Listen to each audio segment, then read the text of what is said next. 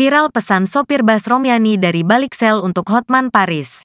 Sopir bus duta wisata yang mengalami kecelakaan di pemandian air panas Gucci mengucapkan terima kasih kepada semua pihak terlebih ke Hotman Paris. Hal itu terlihat dalam video yang diunggah akun TikTok @cahayabrebes01 pada Selasa, tanggal 16 Mei tahun 2023. Dalam video itu, tampak Romyani yang berada di dalam sel. Ia mengenakan kaos kerah lengan pendek warna biru. Pertama-tama, ia mengucapkan terima kasih kepada Hotman Paris yang telah membelanya. Bang Hotman Paris dari 911 saya selaku pengemudi mengucapkan terima kasih untuk bantuan hukumnya yang tidak dipungut biaya sepeser pun.